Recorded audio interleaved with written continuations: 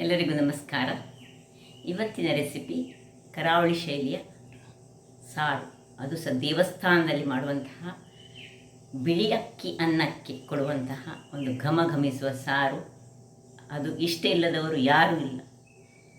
ಅದನ್ನು ಈ ಬಿಳಿ ಅಕ್ಕಿಯೊಟ್ಟಿಗೆ ಸ್ವಲ್ಪ ತುಪ್ಪ ಹಾಕಿ ತಿಂದರೆ ಸ್ವರ್ಗದಷ್ಟು ಖುಷಿ ಆಗ್ತದೆ ಅಂತ, ಸ್ವರ್ಗ ಸಿಕ್ಕಿದಷ್ಟು ಖುಷಿ.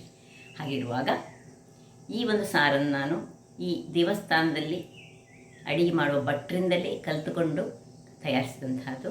ಅಂದರೆ ನಾನು ಯಾವಾಗಲೂ ಮುಂಚೆ ಕೇಳಿದೆ ಅವರ ಹತ್ರ, ಅವರು ಅದನ್ನು ಸಮ ಪ್ರಮಾಣದಲ್ಲಿ ನನಗೆ ಹೇಳಿಕೊಟ್ಟಿದ್ದಾರೆ. ಸ್ವಲ್ಪ ಮಾಡುವುದಾದರೂ ಹೇಗೆ ಮತ್ತು ತುಂಬ ಮಾಡೋದಾದರೂ ಹೇಗೆ ಎಂಬ ವಿಧಾನವನ್ನು ಕಲಿಸಿಕೊಟ್ಟಿದ್ದಾರೆ. ಅದೇ ರೀತಿಯಾಗಿ ನಾವು ಮನೆಗಳಲ್ಲಿ ಮಾಡುವಾಗ ಸ್ವಲ್ಪ ಮಾಡೋದು, ಎಷ್ಟು ಇಂಗ್ರೀಡಿಯೆಂಟ್ಸ್ ಬೇಕೆಂಬುದನ್ನು ಕ್ಲಿಯರಾಗಿ ನಿಮಗೆ ಕೊಟ್ಟಿದ್ದೇನೆ. ಹಾಗಿರುವಾಗ ಯಾರೆಲ್ಲ ನನ್ನ ಚಾನಲನ್ನು ನೋಡ್ತೀರಿ, ಯಾರೆಲ್ಲ ಇನ್ನೂ ಸಬ್ಸ್ಕ್ರೈಬ್ ಮಾಡಿಲ್ಲ, ದಯವಿಟ್ಟು ಸಬ್ಸ್ಕ್ರೈಬ್ ಮಾಡಿ ಸಪೋರ್ಟ್ ಮಾಡಿ ಎಂದು ಹೇಳುತ್ತಾ ಬನ್ನಿ ಯಾವ ರೀತಿಯಲ್ಲಿ ಈ ಒಂದು ಸಾರನ್ನು ಮಾಡುವುದೆಂದು ನೋಡೋಣ. ನಮಸ್ತೆ ಮಿತ್ರರೇ, ಇವತ್ತೊಂದು ಈ ಉಡುಪಿ ಮಂಗಳೂರು ಶೈಲಿಯ ದೇವಸ್ಥಾನಗಳಲ್ಲಿ ಸಿಕ್ಕುವಂತಹ ಒಂದು ಸಿಂಪಲ್ ಸಾರು, ಅನ್ನಕ್ಕೊಂದು ಸಾರು ಕೊಡ್ತಾರೆ, ಆ ಸಾರನ್ನು ಮಾಡೋಣ. ಒಂದು 3 ಟೊಮೆಟೊ ಇದ್ದರೆ ಸಾಕು. ಸ್ವಲ್ಪ ನೋಡಿ, ಈ ಚಮಚದಲ್ಲಿ 1 ಚಮಚ ಕೊತ್ತಂಬರಿ ಆದರೆ 2 ಚಮಚದಷ್ಟು ಜೀರಿಗೆ ಬೇಕು ನಮಗೆ. ಇದಕ್ಕೆ ಜೀರಿಗೆ ಸ್ವಲ್ಪ ಹೆಚ್ಚು, ಒಗ್ಗರಣೆಗೆ ಮಾತ್ರ ಇದು ಸಾಸಿವೆ. ಮತ್ತು ಮಸಾಲೆ ಹೇಳಿದರೆ ಸ್ವಲ್ಪ ಹಿಂಗು,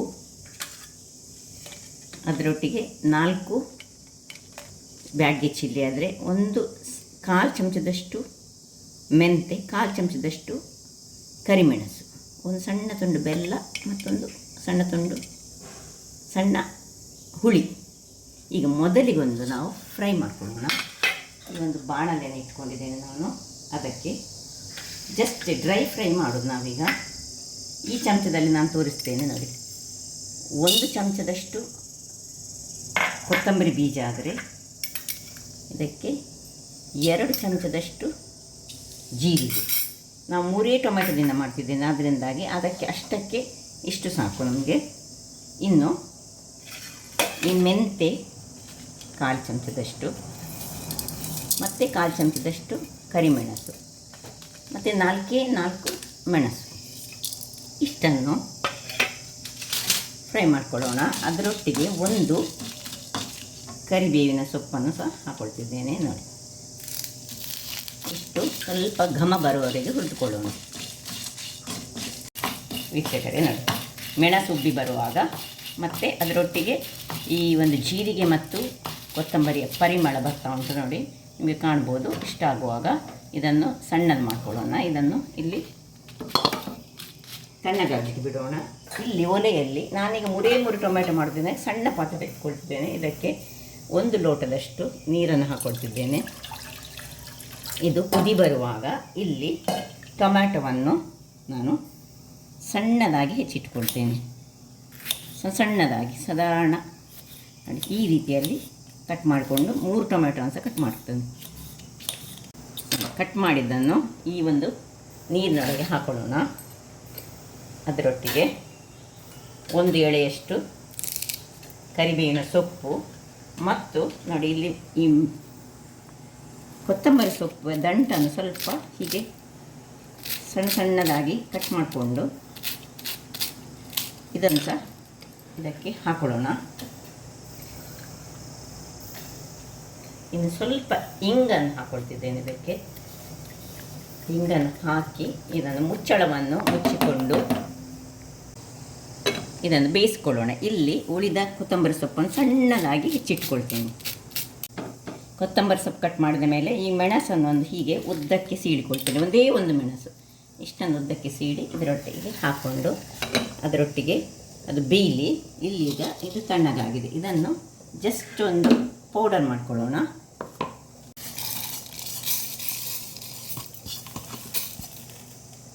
ಇದು ಡ್ರೈ ಪೌಡರ್ ಆಗಿ ಎಲ್ಲ ತಣ್ಣಗಾಯಿತು ನೋಡಿ. ಹೀಗೆ ಚೂರು ಆಗ್ತಾ ಉಂಟು. ಸ್ವಲ್ಪ ಸರಿ ಪೌಡರ್, ಒಂದು ಪೂರ್ತಿ ಬೇಡ, ಒಂದು ಚೂರು ತರಿ ಇದ್ರೂ ಸಹ ತೊಂದರೆ ಇಲ್ಲ. ವೀಕ್ಷಕರೇ, ಇಲ್ಲಿ ನೋಡಿ ಪೌಡರ್ ರೆಡಿ ಆಯಿತು. ಈಗ ಈ ಪೌಡರ್ ಇದನ್ನು ಹೀಗೆ ಇಟ್ಕೊಂಡು ಇಲ್ಲಿ ಇದಕ್ಕೆ ಸ್ವಲ್ಪ ಬೇಕಿದ್ದಷ್ಟು ಉಪ್ಪನ್ನು ಹಾಕ್ಕೊಳ್ತಿದ್ದೇನೆ. ಉಪ್ಪು ಮತ್ತು ಬೆಲ್ಲವನ್ನು ಹಾಕೊಳ್ಳೋಣ. ಹಾಕ್ಕೊಂಡು ಒಮ್ಮೆ ತಿರುಗಿಸ್ಕೊಳ್ಳೋಣ. ಬೇರೆ ಏನಿಲ್ಲ, ಒಳ್ಳೆ ಬೇಯಬೇಕು. ಇನ್ನೂ ಸ್ವಲ್ಪ ಬೇಯಿಸಿದ್ದು ಇದನ್ನು ಮುಚ್ಚಿಟ್ಕೊಂಡು ಪುನಃ ಹದ ಉರಿಯಲ್ಲಿ ಬೇಯಿಸೋಣ. ಇಲ್ಲಿ ಈ ಪೌಡರನ್ನು ಒಂದು ಪ್ಲೇಟಿಗೆ ಟ್ರಾನ್ಸ್ಫರ್ ಮಾಡಿಕೊಂಡು ಇನ್ನು ಇದರಲ್ಲಿ ನಾನು ಒಂದು 2 ಚಮಚದಷ್ಟು, ಕೇವಲ 2 ಚಮಚದಷ್ಟು ನೋಡಿ ಇಷ್ಟೇ, ಇದಕ್ಕೆ ಸ್ವಲ್ಪ ನೀರನ್ನು ಹಾಕ್ಕೊಂಡು ಒಂದಿಷ್ಟು ತೆಂಗಿನ ಹಾಲು ಬೇಕು. ಒಂದು ವೇಳೆ ನಿಮಗೆ ಇಂಥ ತೆಂಗಿನ ಹಾಲು ಬೇಡದಿದ್ದರೆ ಈ ಪೌಡರ್ ಮಾಡುವಾಗಲೇ 1 ಚಮಚದಷ್ಟು ಅಕ್ಕಿಯನ್ನು ಫ್ರೈ ಮಾಡಿಕೊಂಡು ಅದರೊಟ್ಟಿಗೆ ಸೇರಿಸಿ ಪೌಡರ್ ಮಾಡಿದರೆ ಆಗ್ತದೆ. ಇದು ಒಳ್ಳೆ ಟೇಸ್ಟ್ ಬರುವಂತಹದ್ದು. ನಾವೆಲ್ಲ ಇದೇ ರೀತಿಯಲ್ಲಿ ಮಾಡೋದು. ವೀಕ್ಷಕರೇ ನೋಡಿ, ತೆಂಗಿನ ಹಾಲು ಇಷ್ಟನ್ನೊಂದು ಗಾಳಿಸಿಕೊಂಡು ಹೀಗೆ ಇಟ್ಟುಕೊಂಡ್ರೆ ಆಯಿತು. ಈಗ ಯಾವಾಗ ನಾನು ಹಾಕೋದು ಅಂತ ತೋರಿಸ್ತೇನೆ ನೋಡಿ. ಸ್ವಲ್ಪ ನಾನು ಅದೇ ಪೌಡರ್ ಮಿಕ್ಸಿಯಲ್ಲಿ ಮಾಡಿದ್ರಿಂದಾಗಿ ಈ ರೀತಿ ಸ್ವಲ್ಪ ಕಲರ್ ಚೇಂಜ್ ಬಂತು, ತೊಂದರೆ ಇಲ್ಲ. ಅಥವಾ ನೀವು ಖಾಲಿ ಮಾಡಿದರೆ ಆಯಿತು. ಇಲ್ಲಿ ಈಗ ಇದು ರೆಡಿ ಆಯಿತು. ಇದಕ್ಕೆ ನಾವು 2 ಚಮಚಗಳಷ್ಟು ಈ ಪೌಡರನ್ನು ಹಾಕುವ ಮೊದಲು ಈ ಹುಳಿಯ ನೀರನ್ನು ಈಗ ರೆಡಿ ಮಾಡಿಕೊಳ್ತೇನೆ. 2 ಚಮಚ ಹಾಕ್ಕೊಂಡು ಇದನ್ನು ಹೀಗೆ ತಿರುಗಿಸಿಕೊಂಡು ಮುಚ್ಚಿಕೊಳ್ಳೋಣ. ಈಗ ನಮ್ಮ ಈ ಹುಳಿಯನ್ನು ಸ್ವಲ್ಪ ನೀರಿನಲ್ಲಿ ಹಾಕ್ಕೊಂಡು ನಾವು ಕಿವುಚಿಕೊಳ್ಳೋಣ. ಹುಳಿಯನ್ನು ಕಿವುಚಿಕೊಂಡು, ಅಥವಾ ಮೊದಲೇ ಹುಳಿಯನ್ನು ಸ್ವಲ್ಪ ನೀರಿನಲ್ಲಿ ಹಾಕ್ಕೊಂಡಿಟ್ಟುಕೊಂಡ್ರೆ ಆಗ್ತದೆ.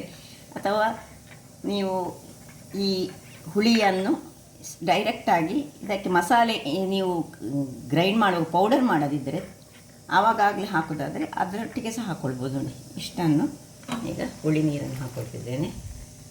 ಇನ್ನು ಇದಕ್ಕೆ ಸ್ವಲ್ಪ ನೀರನ್ನು ಹಾಕ್ಕೊಳ್ಳೋಣ. ಹಾಕ್ಕೊಂಡು ಒಂದು ಒಳ್ಳೆ ಕುದಿ ಬರಲಿ, ಒಮ್ಮೆ ತಿರುಗಿಸ್ಕೊಳ್ಳೋಣ. ಉಪ್ಪು ಎಲ್ಲ ಹದ ಉಂಟ ನೋಡೋಣ. ಟೊಮೆಟೊ ಒಳ್ಳೆ ಬೆಂದಿತ್ತು. ಹೊತ್ತಿನಲ್ಲಿ ಏನು ನಾವು ಮೊದಲೇ ತಯಾರಿಸಿ ಇಟ್ಕೊಂಡೇನೆ 2 ಚಮಚದಷ್ಟು ನೋಡಿ ತೊಗರಿಬೇಳೆಯನ್ನು ಚೆನ್ನಾಗಿ ಹೀಗೆ ಕೈಯಲ್ಲಿ ಮ್ಯಾಶ್ ಮಾಡಿಕೊಳ್ಳಿ, ಅಥವಾ ಒಂದು ಮಿಕ್ಸಿಯಲ್ಲಿ ಹಾಕಿ ಸಹ ನೀವು ಮ್ಯಾಶ್ ಮಾಡ್ಕೊಳ್ಬೋದು ಇದನ್ನು. ಸೊ ಹೀಗೆ, ಅಥವಾ ಒಂದು ಲೋಟದಲ್ಲಿ ಸಹ ಮಾಡಿ ಇದನ್ನು ಇದಕ್ಕೆ ಸೇರಿಸ್ಕೊಳ್ಳೋಣ. ಸರಿ ಬೇಯಿಸ್ಕೊಳ್ಬೇಕು. ಬೇಯಿಸಿಕೊಂಡು ಹೀಗೆ ಕಿವುಚಿ ಇದನ್ನು ಇದಕ್ಕೆ ಹಾಕೊಂಡ್ರೆ ನೋಡಿ. ಇನ್ನು ಇದನ್ನೊಂದು ಕುದಿ ಬರಲಿಕ್ಕೆ ಬಿಡಬೇಕು. ತೆಂಗಿನ ಹಾಲು ಈಗೆಲ್ಲ ಹಾಕೋದು, ನಾನು ಯಾವಾಗ ಹಾಕೋದು ತೋರಿಸ್ತೇನೆ. ವೀಕ್ಷಕರೇ ನೋಡಿ, ಒಂದು ಕುದಿ ಬರುವಾಗ ಈಗ ಇದಕ್ಕೆ ಒಂದು ಅರ್ಧ ಚಮಚದಷ್ಟು ಹಳದಿಯ ಪುಡಿಯನ್ನು ಹಾಕೊಳ್ಳೋಣ. ಮತ್ತು ಚೂರು ಹಿಂಗು, ಬೇಕಿದ್ರೆ ಹಿಂಗನ್ನು ನಾವು ಒಗ್ಗರಣೆ ಕೊಡುವಾಗ ಸಹ ಹಾಕ್ಕೊಳ್ಬೋದು. ಇನ್ನು ಒಂದಿಷ್ಟು ಕೊತ್ತಂಬರಿ ಸೊಪ್ಪು, ಇಷ್ಟನ್ನು ಹಾಕಿದ ಮೇಲೆ ಈಗ ಕೊನೆಗೆ ಈ ದಪ್ಪ ತೆಂಗಿನ ಹಾಲು ಒಂದೇ 2-3 ಸ್ಪೂನ್ನಷ್ಟು ಹಾಕಿದರೆ ಇನ್ನು ಬೇರೆ ಏನು ಬೇಡ ಇದಕ್ಕೆ. ಇದು ಒಂದು ಒಳ್ಳೆ ಕುದಿ ಬರಬೇಕು, ಮುಚ್ಚಿಕೊಳ್ಳೋದು ಬೇಡ. ಹೀಗೆ ಓಪನ್ ಇಟ್ಟು ಒಳ್ಳೆ ಒಂದು ಕುದಿ ತೆಗೆದುಕೊಳ್ಳೋಣ. ವೀಕ್ಷಕರೇ, ಇದು ಕುದಿತಾ ಇರುವಾಗ ನಾವಿಲ್ಲಿ ಒಂದು ಸಣ್ಣ ಬಾಣಲೆಯನ್ನು ಇಟ್ಕೊಂಡಿದ್ದೇನೆ. ಅದಕ್ಕೆ ಸ್ವಲ್ಪ ತೆಂಗಿನ ಎಣ್ಣೆ ಹಾಕೊಳ್ಳೋಣ. ಈಗ ಪಟ್ಟನೆ ಕುದೀತದೆ. ಹೆಚ್ಚು ತೆಂಗಿನ ಹಾಲು ಹಾಕಿದ ಮೇಲೆ ನಮಗೆ ಹೆಚ್ಚು ಕುದಿಸಲಿಕ್ಕಿಲ್ಲ ಅದರಿಂದಾಗಿ ಇದು ಹಾಕ್ಕೊಳ್ತಿದ್ದೇನೆ. ಇನ್ನು ಸಾಸಿವೆ ಒಂದು ಉಡಿಲಿ, ಚೂರು ಉದ್ದಿನಬೇಳೆ, ಇದು ಆಪ್ಷನಲ್ ಉದ್ದಿನಬೇಳೆ ಹಾಕೋದು, ಕರಿಬೇವಿನ ಸೊಪ್ಪು, ಕೊನೆಯಲ್ಲಿ ಸ್ವಲ್ಪ ಹಿಂಗು, ಇಷ್ಟನ್ನು ಹಾಕ್ಕೊಂಡು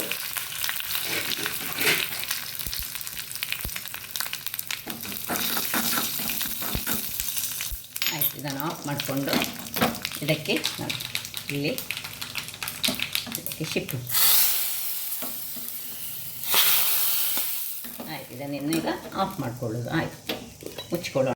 ವೀಕ್ಷಕರೇ ನೋಡಿ, ಸರ್ವ್ ಮಾಡೋಣ. ನೋಡಿ ಎಷ್ಟು ಚೆನ್ನಾಗಿ ಬಂದಿದೆ ಹೇಳಿದೆ. ಇಲ್ಲಿ ಈ ಹಂತದಲ್ಲಿ ನಾವು ಉಪ್ಪು ಕಡಿಮೆ ಇದ್ದರೆ ಕರೆಕ್ಟ್ ಉಂಟು. ಉಪ್ಪು ಹುಳಿ ತುಂಬ ಖಾರ ಮಾಡಲಿಲ್ಲ ನಾನು. ತುಂಬ ಖಾರ ಬೇಕಿದ್ದವರು ಮೆಣಸನ್ನು ಸ್ವಲ್ಪ ಹೆಚ್ಚು ತೆಗೆದುಕೊಳ್ಬೋದು, ಅಥವಾ ಮೆಣಸಿನ ಹುಡಿ ಹಾಕ್ಕೊಳ್ಬೋದು. ನೋಡಿ, ಈ ಸಾರಿನ ಪುಡಿ ಸಹ ಹೇಗೆ ಮಾಡೋದು ಹೇಳಿದರೆ, ಇದರ ಬೇಕಿದ್ರೆ ತುಂಬ ಪ್ರಮಾಣದಲ್ಲಿ ಬೇಕಿದ್ದರೆ ಮಾಡೋದಾದರೆ ನಾನು ಡಿಸ್ಕ್ರಿಪ್ಷನ್ ಬಾಕ್ಸಲ್ಲಿ ಹಾಕ್ತೇನೆ ಹೇಗೆ ಹಾಕ್ತಂತ. ಇದು ಖಾಲಿ 3 ಟೊಮ್ಯಾಟೊವನ್ನು ಯೂಸ್ ಮಾಡಿ ಹಾಕಿದಂಥದ್ದು. ಮತ್ತು ಪುನಃ ನೋಡಿ ಸ್ವಲ್ಪ ನನ್ನದು 2 ಚಮಚದಷ್ಟು, ಅಂದರೆ ಒಟ್ಟು 6 ಟೊಮ್ಯಾಟೊ, ಸಣ್ಣ 6 ಟೊಮ್ಯಾಟೊಗೆ ಮಾಡಿದಂತಹ ಪೌಡರ್ ಇದು. ಇದರಲ್ಲಿ 2 ಚಮಚವನ್ನು ಯೂಸ್ ಮಾಡಿದ್ದೇನೆ ನಾನು. 3 ಟೊಮ್ಯಾಟೊ ಯೂಸ್ ಮಾಡಿದ ಒಂದು